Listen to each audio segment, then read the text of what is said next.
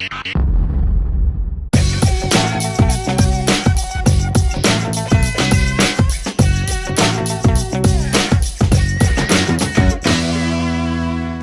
aquí estamos en un nuevo episodio de On Fire Club, recordándoles lo primero, ustedes tienen que suscribirse a nuestro canal de YouTube y seguirnos en nuestras redes sociales @OnFireTV, en Instagram y en Twitter.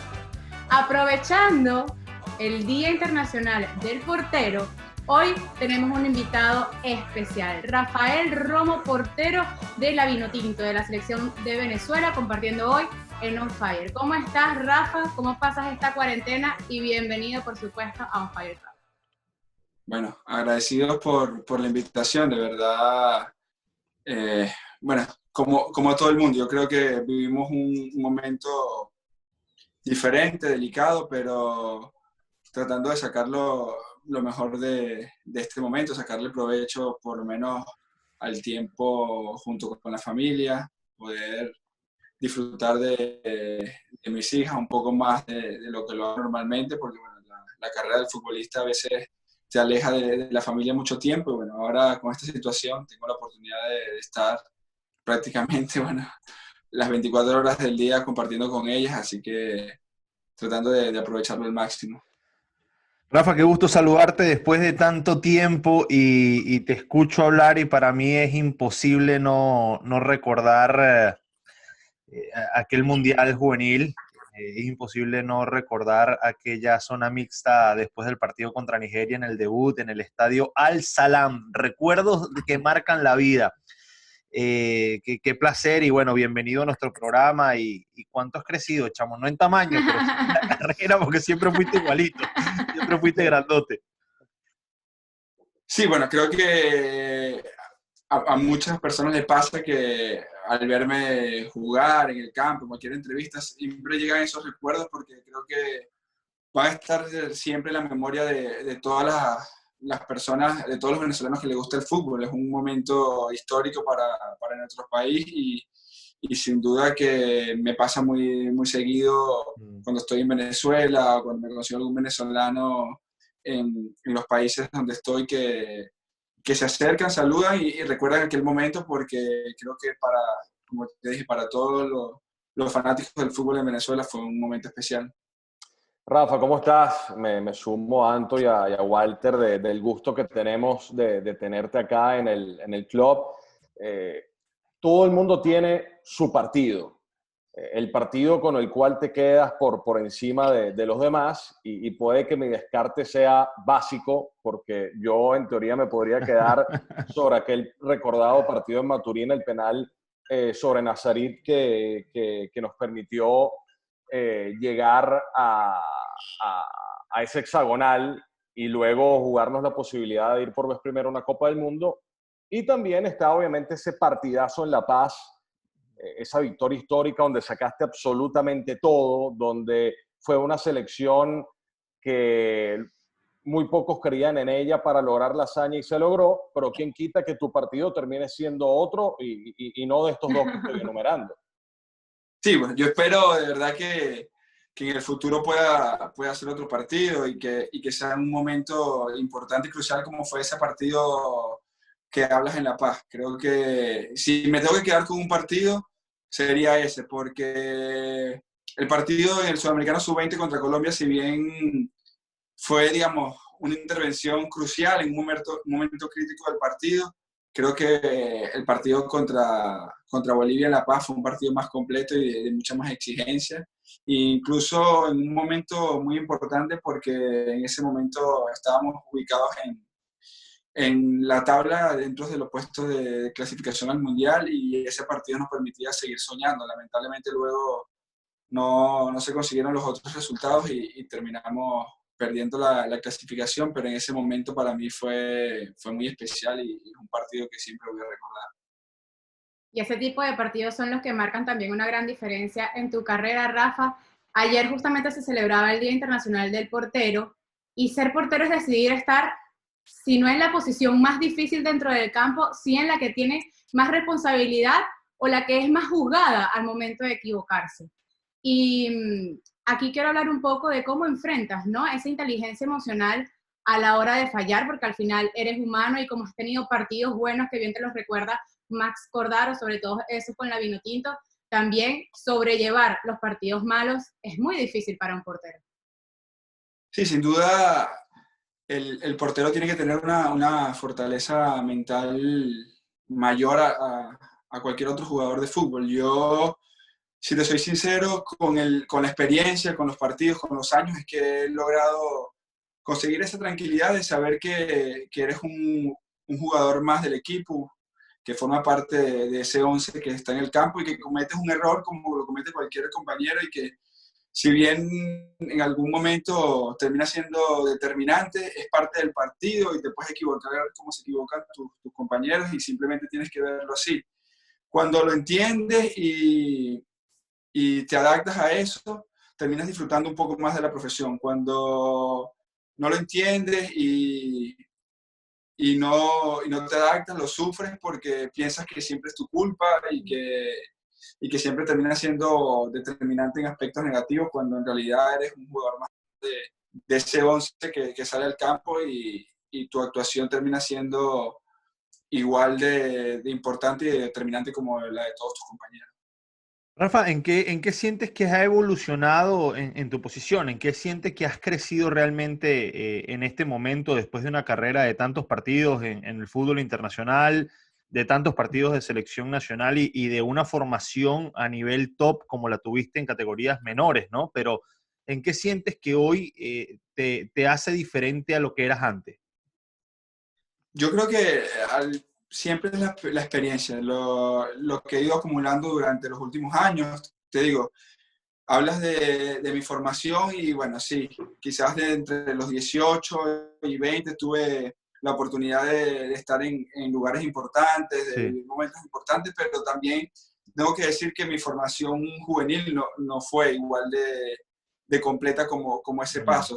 Entonces, también viví momentos difíciles, parte de eso. Cuando estuve en el Udinese llegué y era de verdad algo a lo que no estaba acostumbrado. Llegué a un equipo élite de Europa y venía con una formación base, si bien le agradezco y seguro fue importante para llegar hasta ese punto, no era lo que necesitaba y me costó, pasé tiempo que no jugué, que no fui protagonista y eso me costó cuando decidí que tenía que volver a Venezuela porque necesitaba minutos, necesitaba seguir creciendo y creo que la diferencia ha sido esa, ha sido los partidos, el hecho de ir agarrando la experiencia que te da el jugar fin de semana tras fin de semana. He jugado en muchas ligas, en muchos países diferentes y eso también termina de completar esa experiencia de la que te estoy hablando.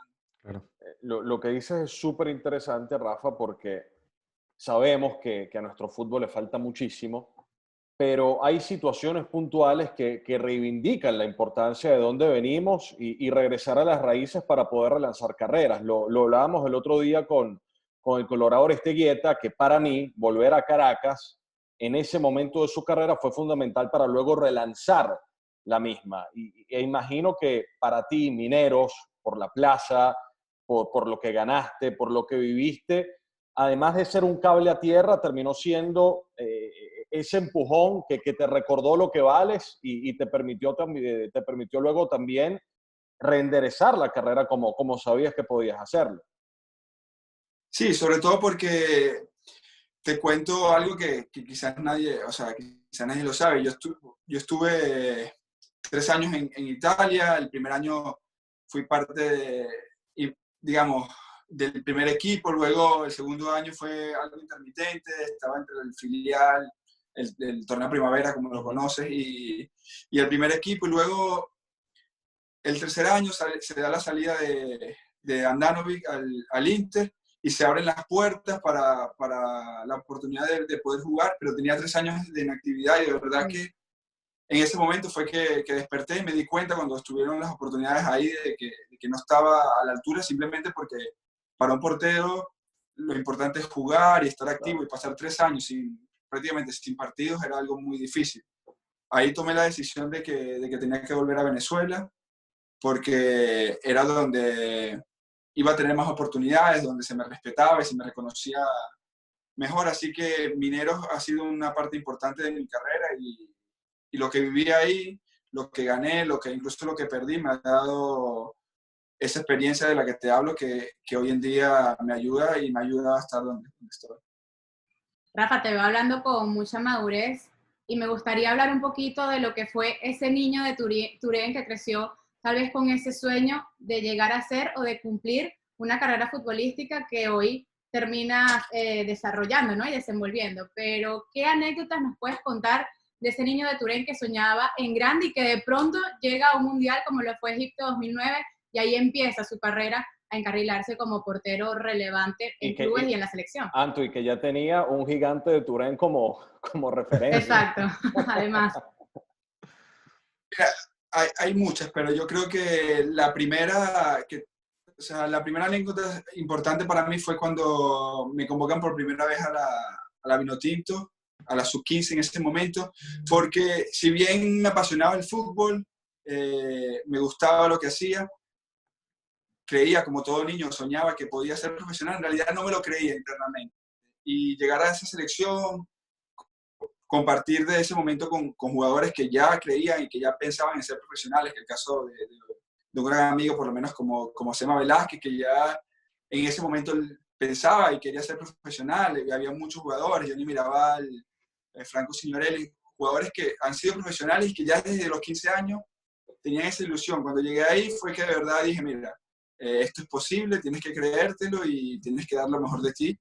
Y creo que ese fue el clic para mí, para decir, quiero ser profesional, creo que tengo la capacidad y voy a dar todo para lograrlo.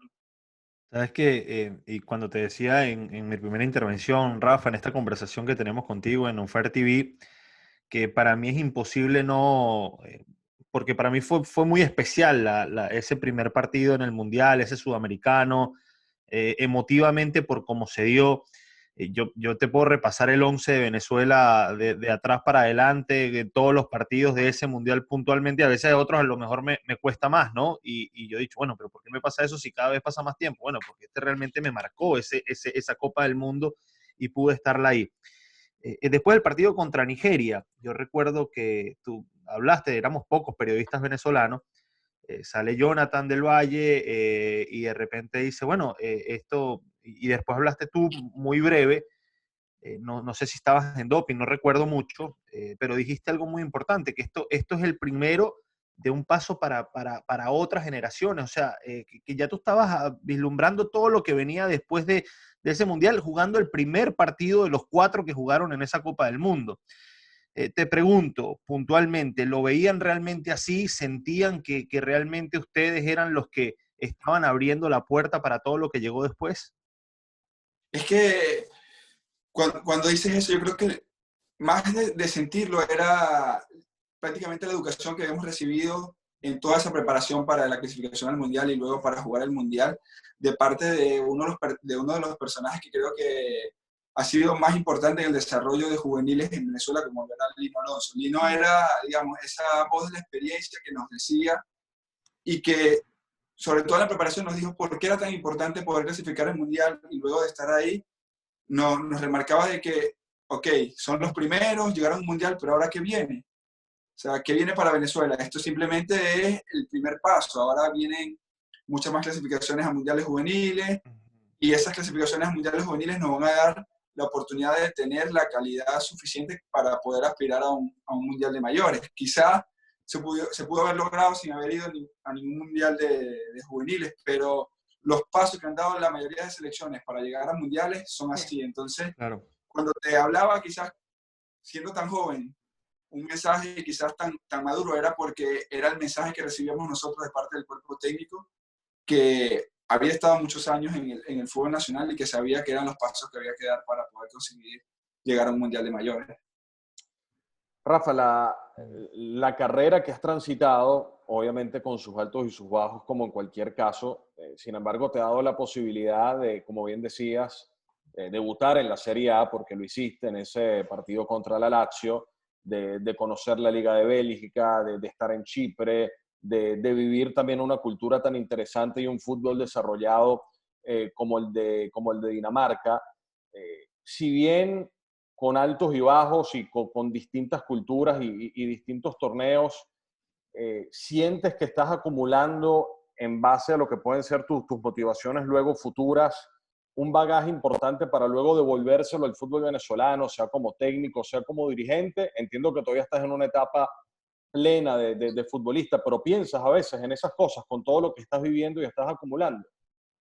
Sí, sin duda que el haber estado en muchos lugares, el ver culturas distintas y sobre todo el ver cómo se maneja el fútbol, sobre todo en Europa, te hace querer primero prepararte para poder luego aportar al fútbol venezolano. Sabemos que nuestro fútbol necesita de eso, de jugadores que hayan vivido las experiencias en otros lugares y que puedan luego devolverlas en el fútbol nacional. Yo tengo la intención de poder prepararme, no te puedo decir ahora si va a ser como técnico, como dirigente, porque incluso sí, ya estoy viendo los caminos que puedo tomar, todavía no he tomado una decisión porque quiero hacerlo con preparación y quiero que sea una preparación que de verdad pueda ser importante a la hora de regresar al fútbol venezolano. Rafa, ¿quién es tu ídolo? ¿A quién te imaginabas cuando eras pequeño y decías, yo quiero ser como él? Desde que empecé a ser portero, Buffon. De verdad que es el portero, digamos.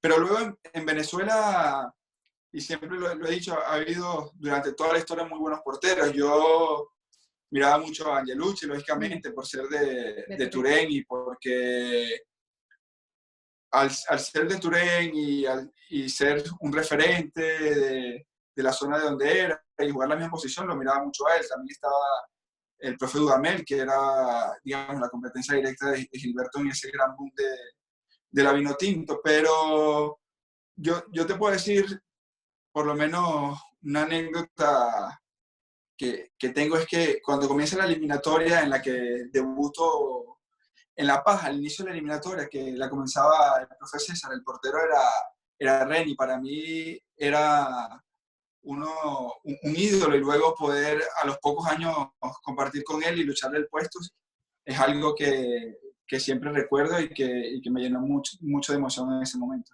De todos esos con los que te tocó estar, me parece, puede ser Reni Vega, sumamos en algún módulo a Leo Morales, que me imagino que también estuvo en algún momento, Dani Hernández. A ver, de todos, Baroja. Si te digo que estuvo hasta con Dudamel, se me lo están saliendo ya las canas. En el partido de despedida ese en Barquisimeto, ¿no? No, y él estuvo convocado a unos partidos de la eliminatoria en un momento en el que se lesionó Leo, en que Leo se lesiona y llevaron a Dudamel. Él estuvo en unos partidos de la eliminatoria. Bueno, así que saca ese balance. Y ahora te toca estar con Fariñez, está este otro Gratero. O sea, hay una cantidad de arqueros, con todos te ha tocado estar. En la exigencia del trabajo, más allá de lo que te pueda dar a ti, entrenarte con alguien al lado de esa posición, ¿quién de todos fue el que más te exigió entrenándote en la selección nacional?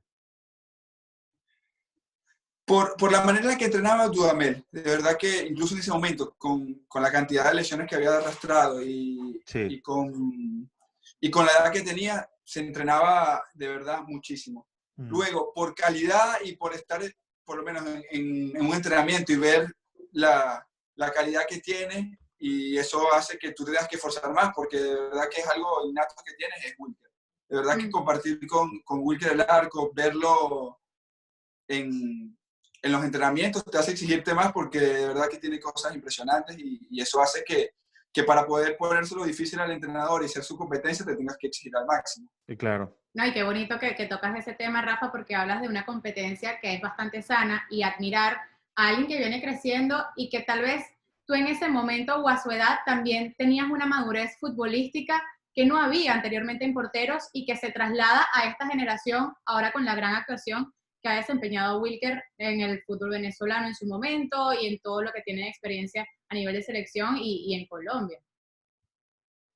Sí, sin duda. Mira, yo te digo, para mí él tiene un talento y va a tener una carrera muy importante. Lógicamente dentro del campo yo voy a competir por el puesto y si está la oportunidad, por supuesto la voy a querer aprovechar porque es como me formé, es mi forma de ser Claro. y la competitividad que uno tiene que tener como jugador. Yo creo que cuando lo ves de esa forma y lo afrontas así, terminas siempre ganando el equipo y eso es lo que yo en lo personal busco.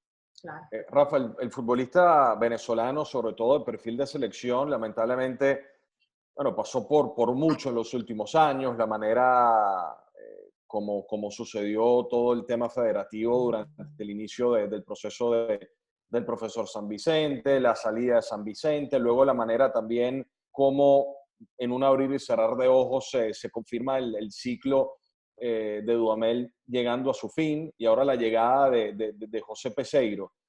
¿Cómo has digerido todo esto y con qué ojos ves, si bien todavía está lejos, lamentablemente, que se pueda volver a la cancha en plano de selecciones porque no hay una fecha, lamentablemente, pero cómo has digerido todo esto? Porque imagino que emocionalmente, para el jugador que siente la selección, tantos cambios y tanta incertidumbre, por más de que ustedes se dediquen a jugar, pega. Sí, sin duda, sobre todo porque nosotros como grupos creemos y tenemos la convicción de que la oportunidad está ahí, de que tenemos que aprovecharla. Y me uno a ellos, pero sabes que tenemos jugadores en la selección que quizás están en el mejor momento de su carrera y que no tendrán muchas oportunidades más para poder ir a un mundial y quizás esté la última. Te hablo, no estoy sacando a nadie de la selección ni retirando a nadie con el respeto que merecen, pero por lo Claro. menos Tomás habla de que esta es su gran oportunidad, Salomón piensa lo mismo y así Roberto y así mi persona, porque los años van pasando, las oportunidades van pasando y sentimos que es el momento. Entonces cuando ese tipo de situaciones te juegan en contra, quizás te toca un poco el orgullo y te molesta, pero tienes que afrontarla de la mejor manera, seguir adelante y saber que si la unión del grupo está ahí, el compromiso está ahí, incluso esas situaciones adversas se pueden sacar adelante. Y vaya responsabilidad que les ha tocado. Rafa, ¿has tenido la oportunidad de hablar con el profe Peseiro? ¿Qué han conversado? ¿Qué temas han tocado en lo deportivo y extradeportivo?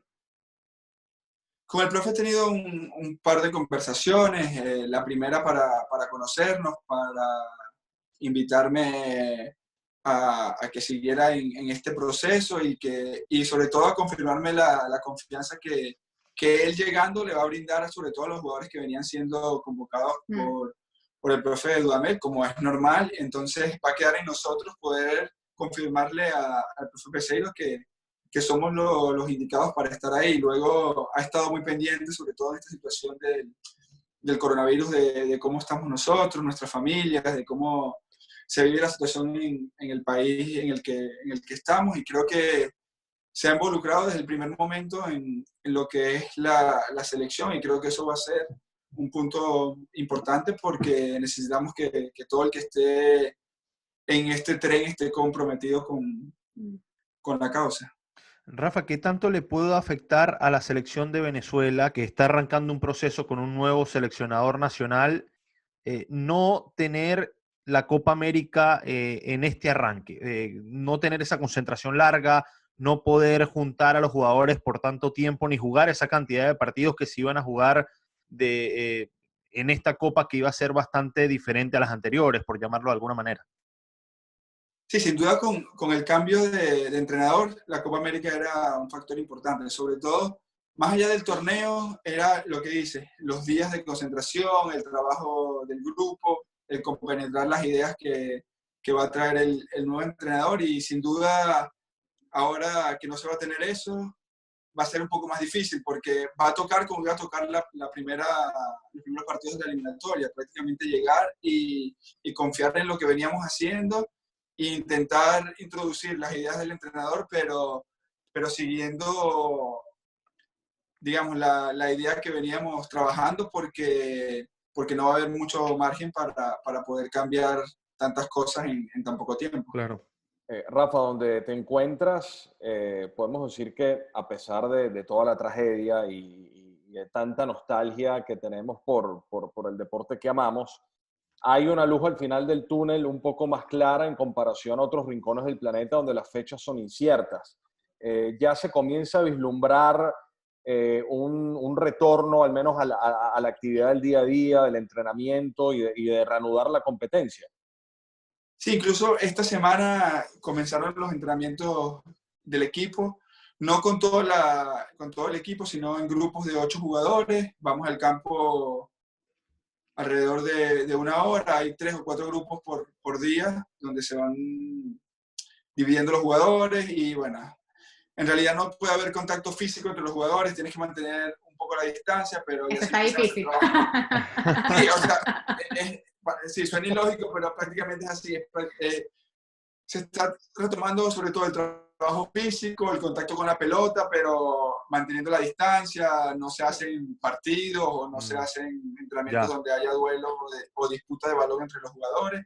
Pero según las estadísticas y las indicaciones que ha dado el gobierno danés, aparentemente se va a comenzar los primeros de mayo con los entrenamientos grupales y ya a partir entre el 10 y el 14 de mayo se va a comenzar a jugar el torneo nuevamente, a puerta cerrada, pero se comienzan a disputar los partidos restantes de la temporada. Al final son buenas noticias, que se pueda reanudar por lo menos Sí, en ¿no? cierto sobre sentido todo el fútbol. Para el jugador, para mantener la mente enfocada Claro. y trabajar en base a prepararte para una fecha en específica, eso es muy importante, porque considero que es muy difícil mantenerte en forma, prepararte y decir, ok, tengo que estar listo, pero ¿cuándo tengo que estar listo? ¿En una semana? ¿En un mes? ¿En 20 días? Rafa, ¿tú sientes que el futbolista está... Esa motivación para decir, bueno, el 10 de mayo tengo que estar preparado para jugar el partido que corresponde. ¿Sientes que el futbolista está ya al nivel de necesitar una pretemporada como tal, Rafa, para reanudar la competencia? Sí, creo que no una pretemporada amplia como tal, pero creo que el futbolista va a necesitar, no soy especialista, sin duda eso lo dirán los preparadores físicos, pero creo que mínimo 3 semanas van a necesitar los equipos para poder acondicionarse de una manera que se pueda aguantar el alto rendimiento y que se pueda jugar a los niveles que se jugaban antes del cambio. Sí, Es si que esto sacas que la está cuenta pasando... Esto es el parón de diciembre, que son 3 semanas. Imagínate ese escenario, a lo que viene necesitas trabajar. No, y que te desvirtúa psicológico. Te desvirtúa la competencia también, porque si no hay pretemporada vas a llegar a disputar un partido y un jugador estará más al porcentaje que otros. Al final, claro, sobre todo eso va a ser importante, porque yo creo que competencias continentales, como la Champions League o la Libertadores, va a ser muy difícil poder disputarlas porque no todos los países toman las mismas precauciones, no todos los países comenzaron con afrontar el problema en el mismo tiempo. Entonces quizás hay países donde se va a comenzar a jugar antes, otros después, donde se va a poder entrenar o no. Creo que va a ser una situación bastante difícil de poder tomar las soluciones adecuadas para que la competencia se mantenga equilibrada. Es duro. Bueno, la pregunta final. Agárrate, vamos con todo. Rafa, tenemos una sección. Un cuestionario que tienes que vas a tener que llenar, lamentablemente, de manera obligatoria. La sección se llama Yo y 10 más. Arma tu 11 vino tinto con jugadores históricos de la actualidad, de tu generación sub-20, el que tú quieras colocar, incluyéndote. Pero tú eres titular, claro. Tú eres titular. Claro, y capitán, si no, entonces... También. Tú y 10 más. Bueno, comienzo con los 4 defensas, jugaría con 4. El lateral derecho sería el Turbo González. Creo que es uno de los laterales que más me marcó, sobre todo en la infancia, la capacidad de ataque que tenía. Si bien él no se considera lateral, yo lo pongo en ese puesto. Mi defensa sería mi compadre Sema Velázquez, con el que he vivido tantos momentos importantes durante mi carrera como futbolista y que ha tenido momentos importantes también en la selección.